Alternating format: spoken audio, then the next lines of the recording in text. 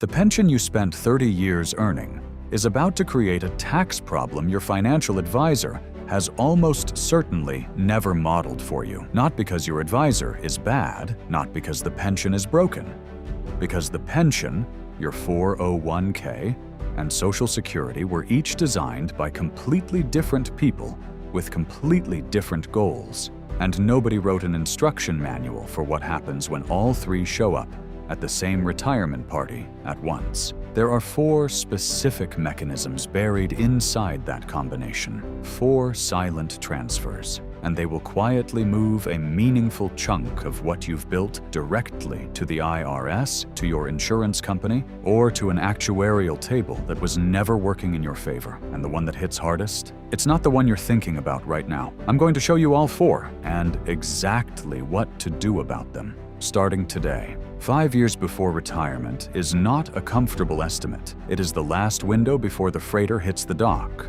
Most retirement content on YouTube was built for the 85% of Americans heading into retirement with just a 401k and Social Security. That's a speedboat. Nimble, fast, needs constant adjustment. But you have a pension. You are in genuinely rare company. Only about 15% of private sector workers have a defined benefit pension anymore. You are captaining a freighter. Massive, heavy, reliable. It doesn't get tossed around in rough weather. It moves on its own momentum. Here is the problem. Every retirement seminar, every HR packet, every YouTube video about retirement planning, all of it was written for speedboat captains. Stay nimble, rebalance annually, keep a cash cushion. Some of that advice is fine for a speedboat. Applied to a freighter, it will steer you directly into a dock at full speed, and you won't know the hull is cracked until it's too late. Everything I'm about to show you traces back to one central insight. You are not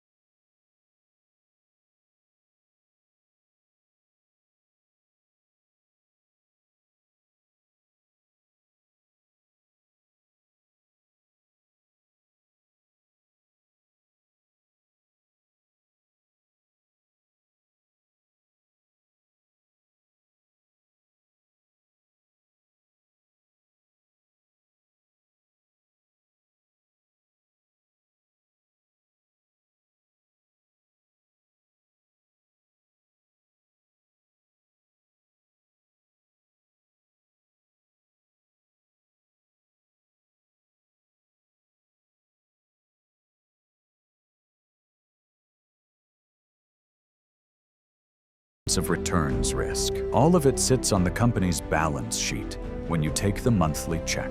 The moment you take the lump sum, every one of those risks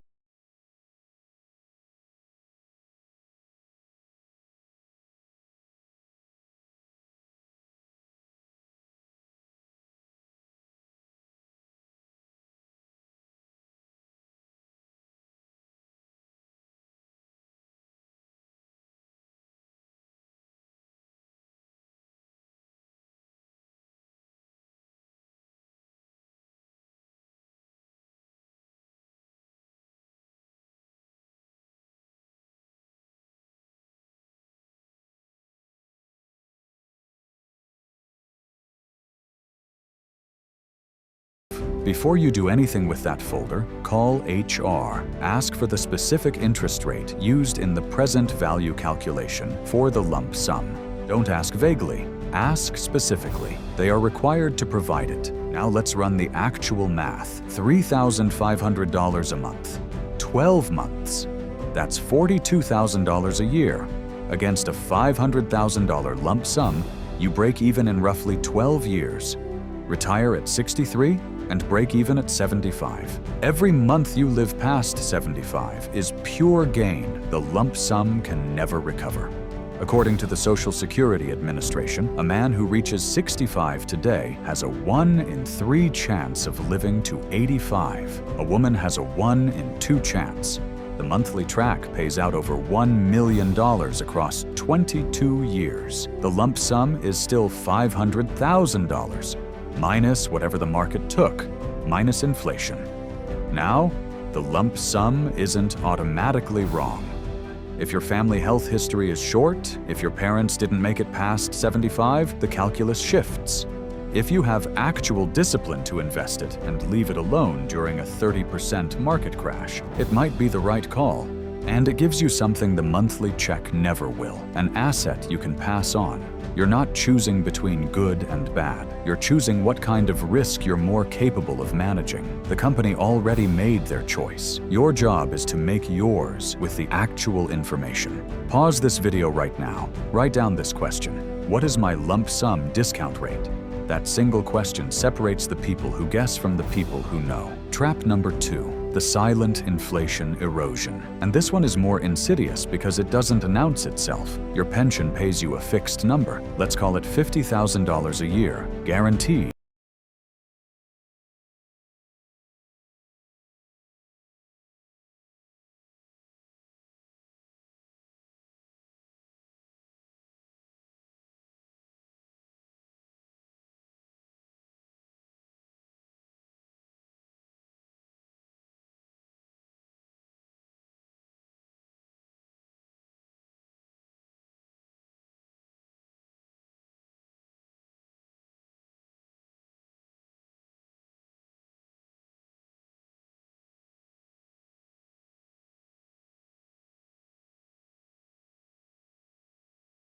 Shows up on the budget at 78. Most private sector pensions include no COLA at all.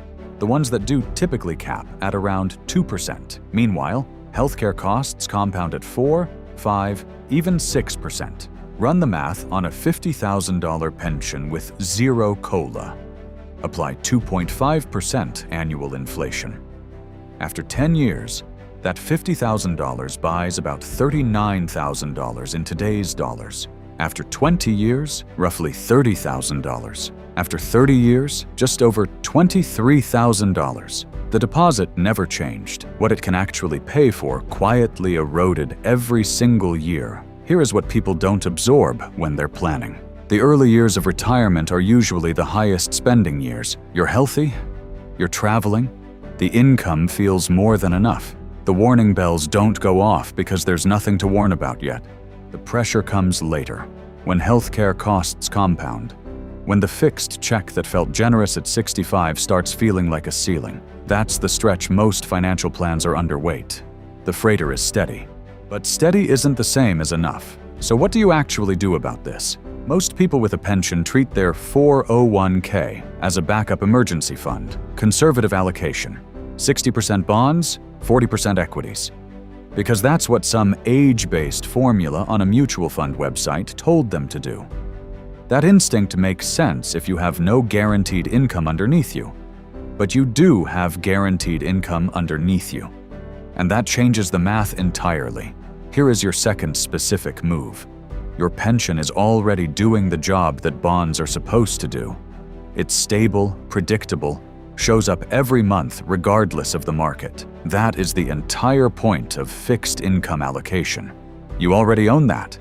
You're paying for it again every time you put more money into bonds inside your 401k. Your retirement account can carry more equity exposure than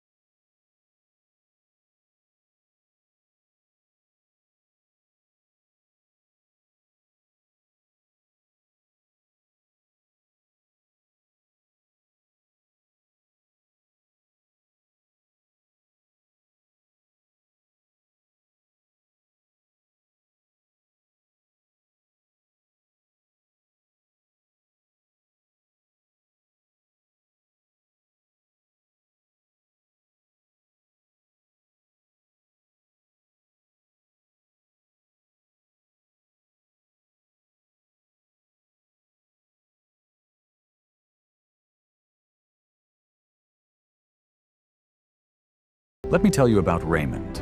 Raymond spent 31 years as a school administrator. Pension, Social Security, maxed his $4,000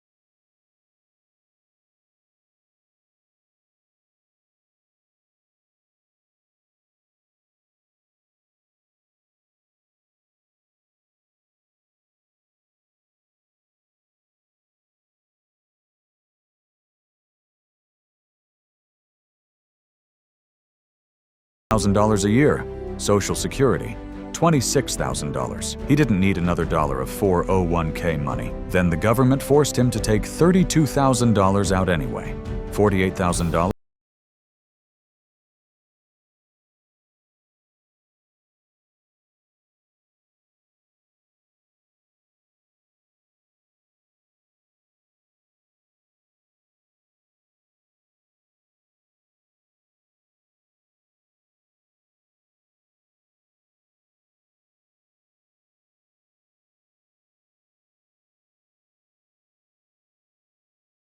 $0.90 per month. Once your Maggie crosses $109,000 as a single filer or $218,000 as a married couple, the surcharge begins. The tiers run from roughly $70 extra per month to over $400 extra per month, nearly $5,000 per year in additional Medicare costs. Raymond was barely into the first tier, about $960 extra per year. But here is what made it genuinely difficult. 2 years before the surcharge arrived, his income had been comfortably below the threshold. The withdrawal that pushed him over happened in 2020.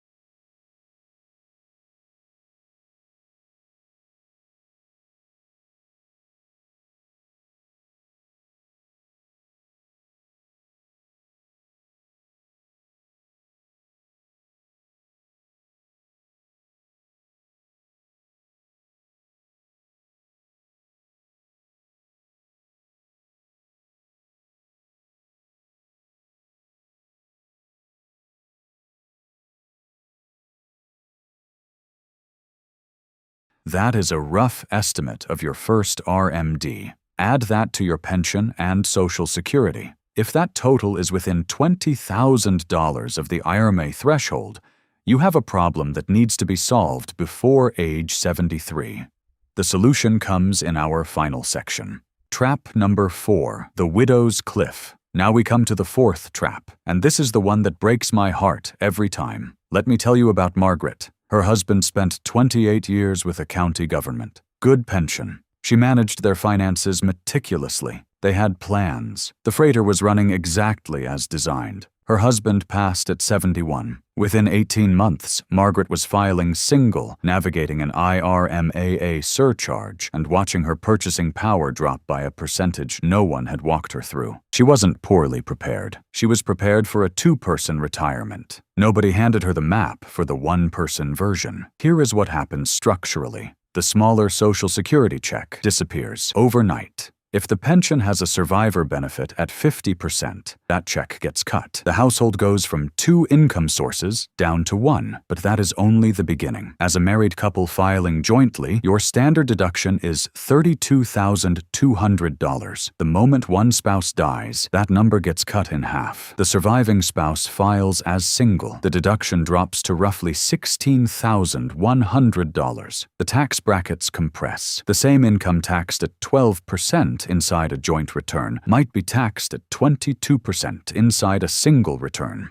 And IRMAA follows the same logic. The threshold that protected you as a couple, $218,000, drops immediately to $109,000 for a single filer. The pension didn't shrink. The RMDs didn't stop, but suddenly, the surviving spouse has the same income inside half the tax shelter, with Medicare surcharges kicking in at half the previous threshold. This is what estate planners call the widow's penalty. It is one of the most structurally cruel outcomes in the entire retirement system. Not because it is random, because it is predictable. Predictable problems have solutions, but only if you find them early enough. The families who navigate this cleanly started making adjustments 4 to 6 years before retirement. They understood the freighter doesn't turn quickly, so they started turning early. You're at that point right now. So let me show you exactly what to do with the next 5 years. Raymond eventually found a fee-only planner who specialized in pension households. The first thing that planner said, your 401k is not what you think it is. The goal isn't to grow it. The goal is to convert it deliberately before the IRS forces you to take it on their terms. 3 specific moves. In the right order. Move 1. Reframe your 401k. Stop managing it like a safety net. Start managing it like the inflation engine it needs to be. The pension is your fixed income. Your 401k should be more aggressively allocated. The difference between 6% and 7.5% on $250,000 over 20 years is $130,000. That is real money. Move 2. Get the discount rate before you make the lump sum decision. Call HR. Ask for the present value discount rate. They are required to provide it. Then run your break-even analysis using your actual family health history. The Society of Actuaries has a free life expectancy calculator. Use it. Move 3. Start Roth conversions now. This is the highest leverage move, and the one most people wait too long to start because it requires paying a tax bill today for a benefit that shows up years later. Here is the mechanic. The moment you retire, there is often a gap, 2 to 5 years before Social Security begins, before RMDs start, where your taxable income drops. That gap is one of the most valuable stretches of your financial life. Use it to convert pre-tax 401k money into a Roth IRA. You pay tax at the lower rate during those gap years. Everything that moves into the Roth grows tax-free and comes out tax-free. No RMDs, no IRMAA exposure, no forced taxable event at 73. Your specific targets for 2026. Married couple, keep your MAGI below $218,000. Single filer, below $109,000. Stay under those thresholds and you avoid the IRMAA surcharge entirely. You are making a deliberate trade, a known tax payment today at a rate you selected, to permanently eliminate a forced tax event later at a rate the IRS selects for you. Raymond did this, started converting $30,000 a year during his income gap. Didn't solve everything, but it reduced his RMDs. His Medicare costs dropped. His tax picture simplified. He regretted nothing about the conversions themselves, only that he didn't start 5 years earlier, which is exactly why I am telling you this now. Let's come back to where we started. The pension is the freighter. Reliable, guaranteed, built for long hauls. Most retirees would trade years of their working life to have what you have. But the freighter has 4 blind spots. First, the lump sum with a discount rate buried in the fine print. Get the rate before you decide. Second, inflation erosion that makes a fixed income floor shrink in real terms. Your 401k needs to be your inflation engine, not a second pensiot. Here is your third specific move. The RMD trap that forces taxable income onto a pension household, triggering Medicare surcharges on money you never spent. Fourth, the widow's cliff. Income drops, the standard deduction gets cut in half, tax brackets compress, and Medicare thresholds drop simultaneously at the worst possible time. None of these are random. All are predictable. Predictable problems have solutions, but only if you find them early enough. You found this early enough. The freighter still has room to turn, but it has to start turning now. 5 years is not a comfortable estimate. It is the actual window. The pension holders who understand this, who use the stability of their guaranteed income floor to compound everything around it more aggressively. Those are the ones who arrive at 80 with options. The freighter is yours. Start steering it. Now I want to hear from you. Which of these 4 traps surprised you most? Comment below with one word: lump, inflation, RMD, or widow. I read every comment, and I will personally reply to the first 50 with one specific document you should pull from your files tonight. Subscribe if you are captaining a freighter, not a speedboat. I make these videos for the 15%, not the 85%. I will see you in the next one.